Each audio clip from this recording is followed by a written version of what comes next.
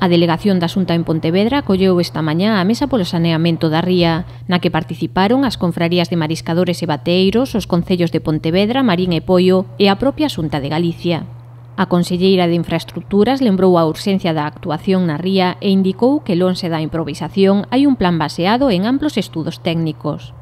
O importante agora é actuar de forma inmediata, canto antes e urxente no emisario e na mellora da depuradora. E no resto, pois, seguiremos avanzando en función do que nos vayan dicindo os propios documentos técnicos de Augas de Galicia. Dentro das actuacións que se teñen que levar a cabo para sanear a ría, destacou a intervención na rede de sumidoiros por parte dos concellos implicados.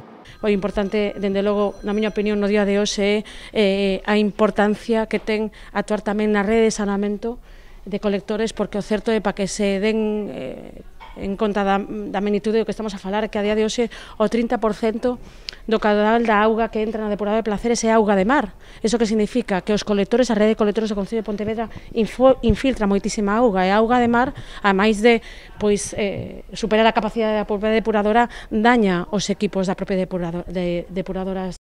As obras de mellora na depuradora dos Praceres licitaránse e iniciaránse de maneira conxunta cas do novo emisario, para o que xa hai proxecto e para o que tanto o Concello de Marín como o de Pontevedra presentarán alegacións. Como Concello de Marín tamén presentaremos unha alegación ao propio trazado do novo emisario, que se despraza na súa parte final para ter a garantía e a seguridade de que o punto de vertido non vai a afectar sobre todo as zonas de baño, que neste caso das playas de Marín é o que máis nos preocupa. No caso do emisario xa dixemos que era incompatible co planeamento urbanístico de Pontevedra e presentaremos as alegacións correspondentes no seu momento. Sobre a ampliación da EDAR non hai novidades, se ven de facerse sería a medio prazo. Estamos co proxecto técnico correspondente e, polo tanto, estamos a falar dunha actuación que o certo é que máis a medio plazo que de xeito inmediato. De xeito inmediato, como decía, emisario, mellora depuradora, rede de colectores, ampliación é un proxecto xa de medio plazo.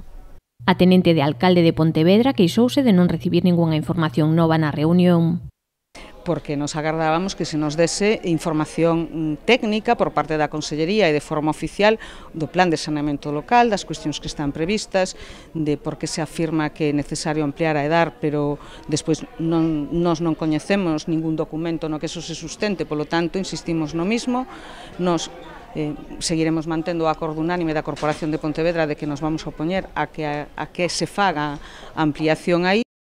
Pola súa banda, dende a Confraría de Mariscadores de Lourizán manifestaron ter a sensación de volver a anos atrás. Nós neste momento levamos un ano con zona B, pero é que tuvemos un resultado, tuvemos dous resultados malos.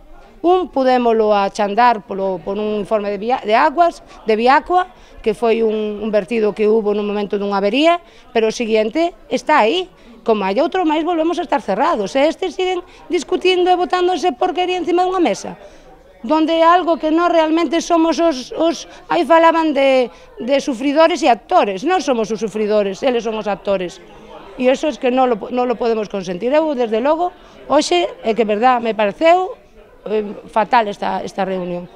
As obras programadas dentro do plan de saneamento da ría licitaránse entre finais deste ano e comezos do próximo.